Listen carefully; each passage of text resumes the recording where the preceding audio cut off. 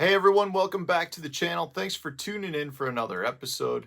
Today I want to talk about a subset of lures that we very rarely hear about. I think most of us would agree that if you're looking to catch the biggest fish in a lake, you should be throwing a glide bait. Specifically, we're talking about baits like these. This is a phony frog, shad. This is a 30-acre glide bait. Both of these are roughly 8 inches long and have generated really big strikes for me. The thing here is, what we don't hear about are the little brothers to these big guys. We don't hear about the small glide baits. So for comparison's sake, you can see we're talking about a substantially much smaller bait. And there's really a time and place for these, and that's what I want to talk about today. Before I get into it, I do want to remind you guys, though, that if you're looking to support the channel, please use my Tackle Warehouse affiliate link, which is in the video description, to make your tackle purchases. Also, hey, if you're looking for more content from me, check out my membership. I've got a bunch of extra videos, live streams that I do, and that's all for members only. So check that out on my YouTube homepage and click the join button. You'll find out all the information. All right, so we want to talk about some small glide baits. This is a depth slide swimmer. It's the smallest size they make. There's a bunch of various baits that I like to use. This is definitely one of them.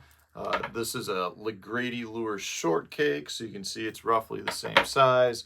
You've got here the Gancraft jointed claw. This is the 148 size is what this guy is.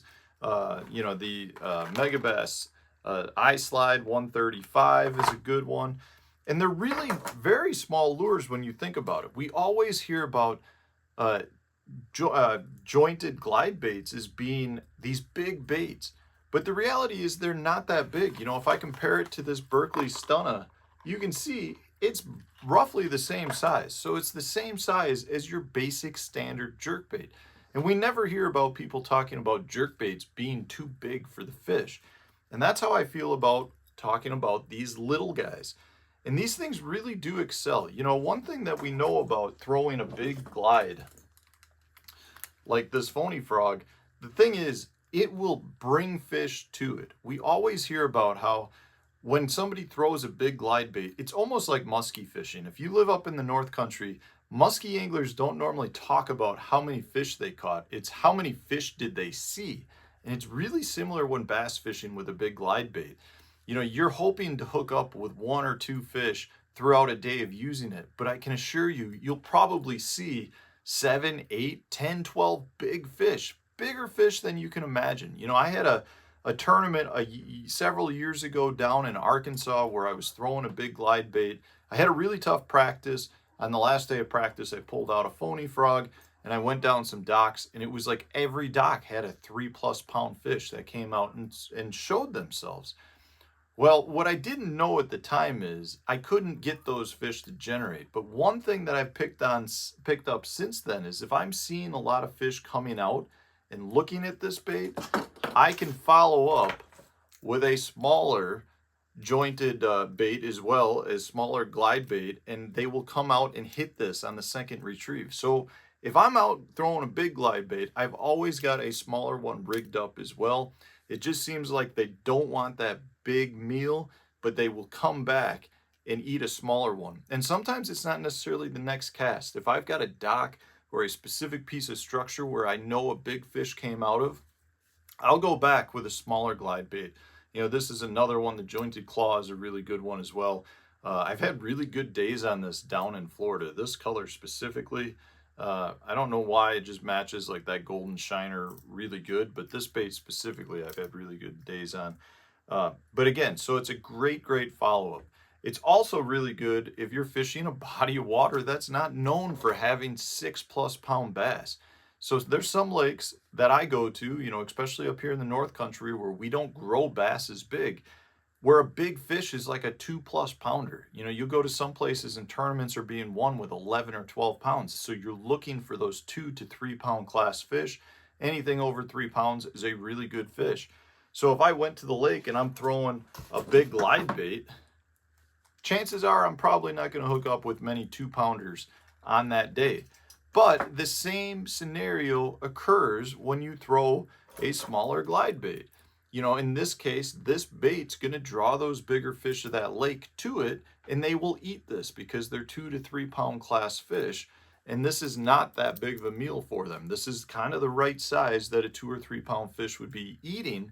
When on that same lake, most people are out there throwing their Senkos or their drop shots or, you know, their smaller finesse baits because you're on a small fish fishery.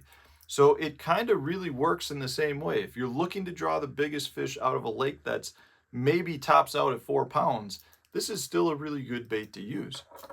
So for sure, I'm definitely carrying them.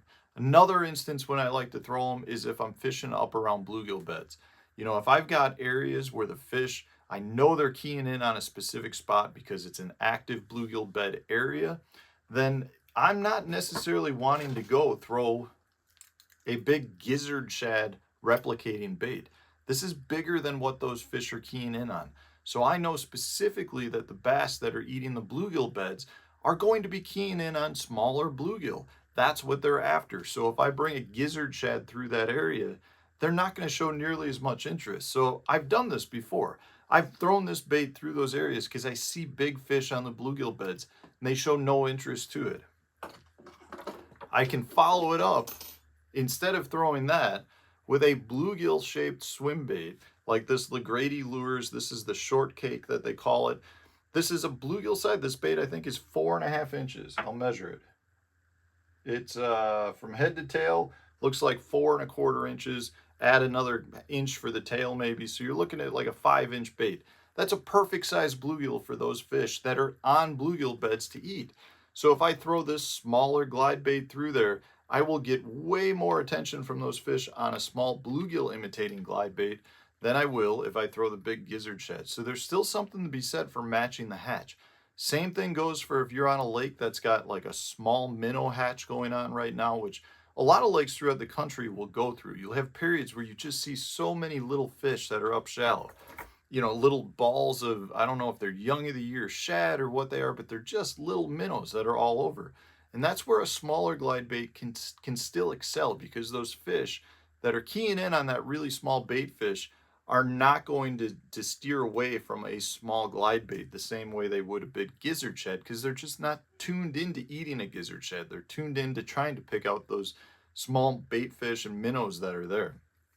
So if you're trying to match the hatch, generally you're going to be better off with a small glide bait than you will a big glide bait, unless you're really truly trying to match a gizzard shad bite.